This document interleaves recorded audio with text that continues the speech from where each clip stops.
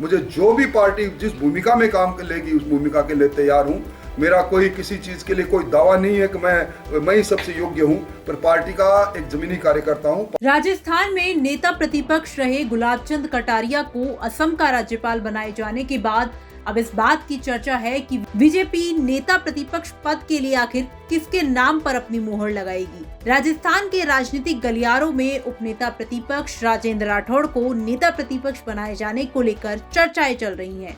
लेकिन अब इस मामले में खुद राजेंद्र राठौड़ ने अपनी प्रतिक्रिया दी है। राठौड़ का कहना है कि मैं तो जमीनी कार्यकर्ता हूं, मुझे पार्टी जो भी जिम्मेदारी देगी मैं उसे निभाऊंगा। नेता प्रतिपक्ष के लिए हमारा पार्लियामेंट्री बोर्ड बैठकर तय करेगा। मुझे आज तक पार्टी ने अलग अलग समय पर अलग अलग जिम्मेवारी दी है, संगठन की जिम्मेवारी दी। मुझे मंत्री के रूप में भी 3 बार पार्टी ने काम करने का मौका दिया। मुझे जो भी पार्टी जिस भूमिका में काम लेगी उस भूमिका के लिए तैयार हूँ। मेरा कोई किसी चीज़ के लिए कोई दावा नहीं है कि मैं ही सबसे योग्य हूँ, पर पार्टी का एक जमीनी कार्यकर्ता हूँ। पार्टी जहाँ काम मिलेगी वहाँ काम करूँगा। इसके अलावा राठौड़ ने कांग्रेस की आंतरिक गुटबाजी पर भी निशाना साधा। महेश जोशी के 2 पदों में से एक पद से इस्तीफा लेने पर कांग्रेस को घेरते हुए उन्होंने कहा कि ये सरकार अंतर्द्वंद से प्रारंभ हुई थी और इस सरकार का अंत भी अंतर्द्वंद से ही होगा। देखिए, ये सरकार अंतर्द्वंद से प्रारंभ हुई थी, सरकार का अंत भी अंतर्द्वंद से ही होगा। सरकार को चुनौती सरकार के अंदर बैठे लोगों ने दी है। महेश जोशी जी के 2 पदों में से एक पद लेकर उन्होंने को अनुशासन का संदेश देने की कोशिश की, जिसमें कामयाब नहीं हो पाएंगे। आज भी खुद जब सचिन पायलट ये सवाल खड़ा करते हैं कि तिजोरी में बंद पेपर दो तालों के बीच से कौन निकाल कर ले गया, पेपर माफियाओं के को सरपरस्ती किसकी है, आज भी वो कहते हैं कि इस सरकार के चलते किसान और नौजवान दोनों गुमराह, दोनों संतुष्ट नहीं है। तो उनकी बातों का जवाब देते तो ज्यादा ठीक है। साथ ही उन्होंने राजस्थान सरकार के बजट को लेकर भी गहलोत पर निशाना साधते हुए कहा कि गहलोत ने बजट की घोषणाएं केवल अपने खोए हुए वोट बैंक को वापस लाने के लिए की है। इस बार का बजट भी एक तरह से आभासी बजट है। इस बजट से मुख्यमंत्री जी ने जितनी घोषणाएं की है वो घोषणाएं सिर्फ अपने वोट बैंक को जो खो गया है उसको पुनः ढूंढने की तरकीब के आधार पर की है, परंतु एक भी घोषणा पूरी होने वाली नहीं है। क्योंकि मैंने सदन में भी कहा था कि 33,000 करोड़ की कुल कैपिटल एक्सपेंडिचर जिससे एसेट्स बनते हैं उसकी घोषणा है, और इन्होंने लगभग 1,20,000 की घोषणाएं अलग अलग ERCP से लेकर सड़कों से लेकर अलग अलग घोषणाएं की है।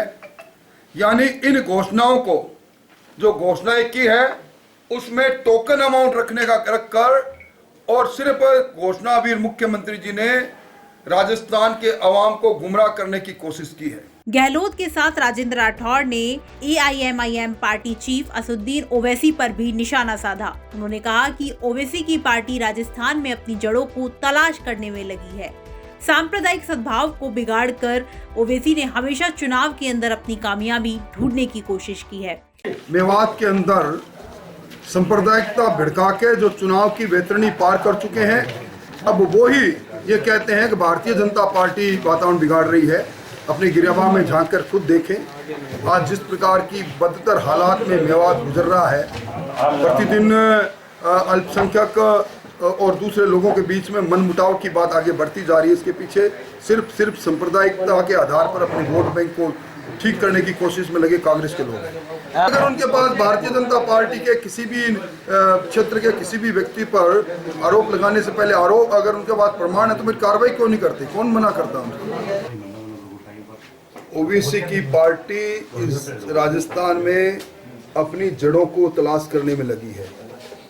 सांप्रदायिक सद्भाव को बिगाड़कर ओबीसी ने हमेशा चुनाव के अंदर अपनी कामयाबी ढूंढने की कोशिश की है। उत्तर प्रदेश में पूर्णतः विफल हो गए। अब राजस्थान में अपनी जड़ों को तलाश कर रहे हैं। राजस्थान में भी कट्टरपंथी लोगों से संपर्क कर रहे हैं। मैं समझता हूँ इसमें उनको कामयाबी नहीं मिलेगी। यहाँ की गंगा यमुना संस्कृति है, सद्भाव राजस्थान का श्रृंगार है। आपको बता दें कि राजस्थान में इसी साल विधानसभा चुनाव हैं और अब सभी पार्टियां चुनावी मोड में आ चुकी हैं। बीजेपी अपनी विशेष रणनीति के जरिए इस चुनाव में जीत दर्ज करना चाहती है। राजनीतिक जानकारों का कहना है कि कटारिया को असम का राज्यपाल बनाया जाना भी इसी रणनीति का हिस्सा है। लेकिन इसके बाद अब इस बात पर भी चर्चा छिड़ गई है कि आखिर पार्टी कटारिया के बाद किसे नेता प्रतिपक्ष बनाएगी। यदि पार्टी किसी नए नाम पर अपनी मुहर लगाती है तो इससे पार्टी के द्वारा सीएम फेस को लेकर भी इशारा साफ हो सकता है। अब अगला नेता प्रतिपक्ष कौन होगा, ये तो बीजेपी आलाकमान पर ही निर्भर करेगा। आपका इस मुद्दे पर क्या कुछ कहना है, कमेंट बॉक्स में हमें अपनी राय बता सकते हैं। राजस्थान तक के लिए चूरू से विजय चौहान की रिपोर्ट।